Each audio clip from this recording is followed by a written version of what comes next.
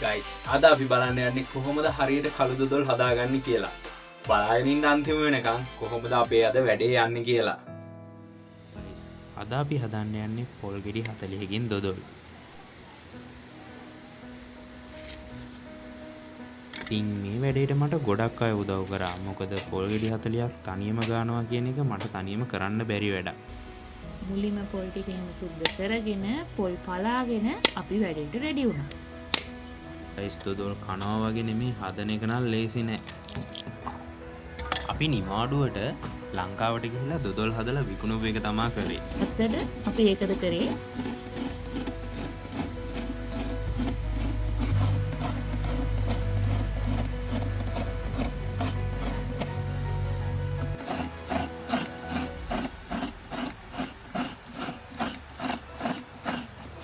මේ ඉන්නේ මගේ අම්මා. ඉතින් මේ වැඩේට මුල් තැන ගත්තේ මෙයා තමයි. පොල් ගෙඩි 40ක් කියන්නේ මේ වගේ භාජන 3ක් තිබ්බා.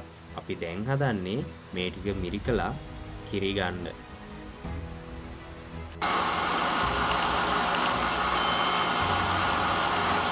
මේ පොල් මිරිකන්නේ නම් ඔයාලා දන්න කෙනෙක්.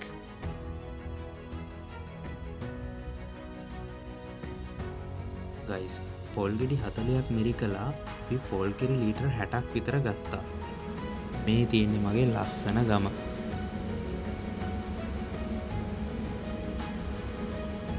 ගයිස් අපිට මේ වැඩේට ඕනි වෙනවා රතු හාල් කිලෝ 4ක්. ඉතින් අපි මේක පැය 3ක් විතර පෙගෙන්න තියලා ඊට පස්සේ අපි මේක කොටා ගන්න ඕනි. අපි හාල් කොටන්න අපේ ගමේ තියෙන ඒ හාල් ලම්බරන තැනකට තමයි ගියේ. ඔන්න ගයිස් අපි ඔක්කොම රෙඩි කරගෙන දැන් වැඩේ පටන් ගන්නයි යන්නේ. ගයිස් මේක පැය 4-5ක් විතර එක දිගට හැඳි ගන්න තියෙනවා. ඉතින් මේක ලොකු වැඩක්. බලාගෙන ඉන්න කෙටියෙන් අපි මේ වැඩේ කොහොමද කරේ කියලා. ගයිස් මුලින්ම රත් කරගත්ත තාච්චියට අපි දානවා සීනි ග්‍රෑම් 500ක්.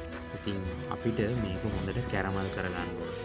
මේකෙන් තමයි දොදොල් වල කළු පාට අපි ගන්නෙ. ගයිස් මේක විනාඩි 15ක් විතර අපිට කුක් කරගන්න ඕනේ.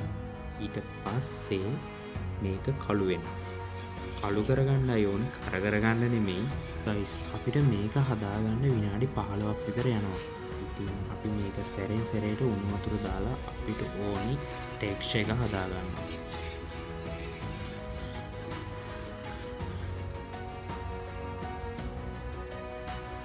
ගයිස් දොදොල් වල මේන් පාර්ට් එක මේක.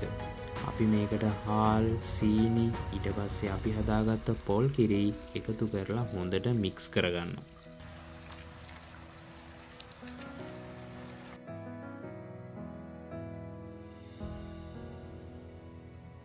මේ මික්සර් එක අපි හදාගත්තට පස්සේ අපි සීනි කරගත්ත තාච්චියට මේ ටික දාගන්නවා.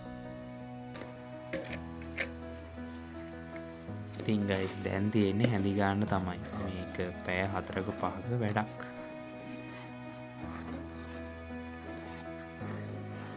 දැන් ගයිස් ටික ටික අපි හදාගත්ත පොල් කිරි මේකට ඇඩ් කරනවා.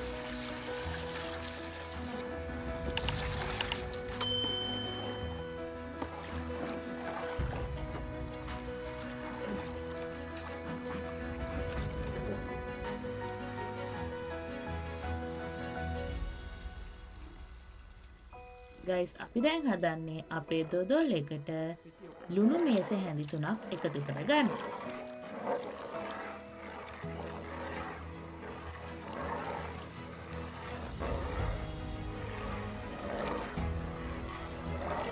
දොදොල් හැඳි ගාන වැඩේ මුල් තැන ගත්තේ මෙයා තමයි. මේ ඉන්නේ මගේ තාත්තා.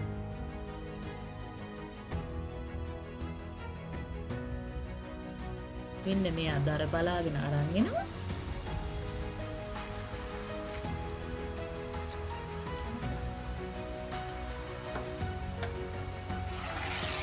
ගයිස් දැන් අපි මේක තික් වෙන්න අපි හදාගත්ත පොල් කිරි ටික ටික මේකට ඇඩ් කරගන්නවා.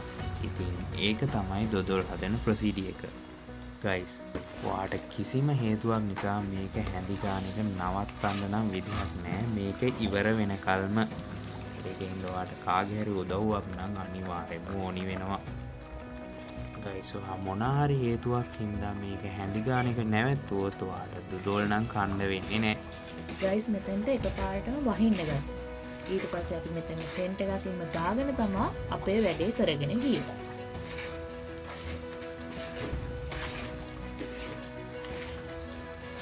ගයිස් අපි ඉතින් ඔය විදිහට දොඩොල් එක හැඳිගාගෙන යනකොට ඉතින් රෑ වෙන්නත් පටන් ගත්තා. ගයිස් අපි දැන් මේක එක දිගට පැය 3:30ක් විතර හැඳිගාගෙන ඉවරයි. ඉතින් තව ටිකයි අපිට මේ වැඩේ ඉවර කරගන්න තියෙන්නේ.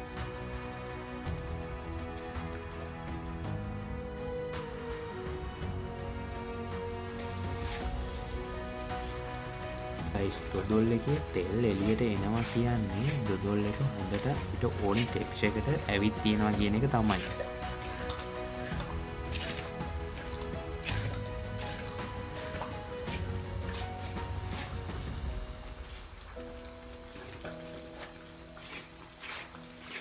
ගයිස් දැන් අපේ දොඩොල් එක පැය 4:00ක් පැය 4:45ක් විතර අපි හැඳිගාලා ඉවරයි.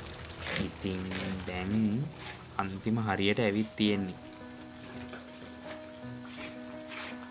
දැන් මම මේ කරන්නේ මේකට කජු එකතු කරගන්න එක.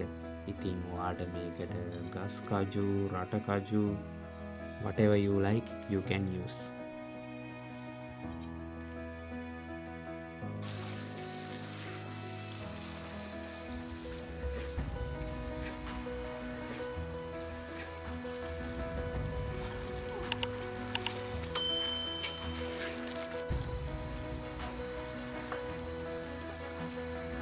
ඔන්න ගයිස් අපි දැන් බලාගෙන හිටපු වෙලාව නම් ආවා. ඉතින් ගයිස් දැන් අපි දොඩොල් එක හදලා ඉවරයි. ඉතින් ගයිස් අපි පහෝදා උදේම කරේ දොඩොල් එක කපාගෙන හිටපු එක. ඉතින් ඔයාලට පේනවනේ ඒක කොච්චර රසපාටයිද කියලා. ඉතින් ගයිස් රෙසිපි එක තියෙනවා මෙතන. ඉතින් ඔයාලා මේක සේව් කරලා තියාගන්න. ඔයාලට කවදා හරි දොඩොල් හදන්න හිතුණොත් මේක ඕන වෙයි. දැන් අපි මේ හදන්නේ UK ගෙනියන්න මේ දොඩොල් පැක් කරගන්න. එහෙනම් ගයිස් අපි ඊළඟ වීඩියෝ එකෙන් හම්බෙමු. එතකම් පරිස්සමින් ඉන්න. බයි.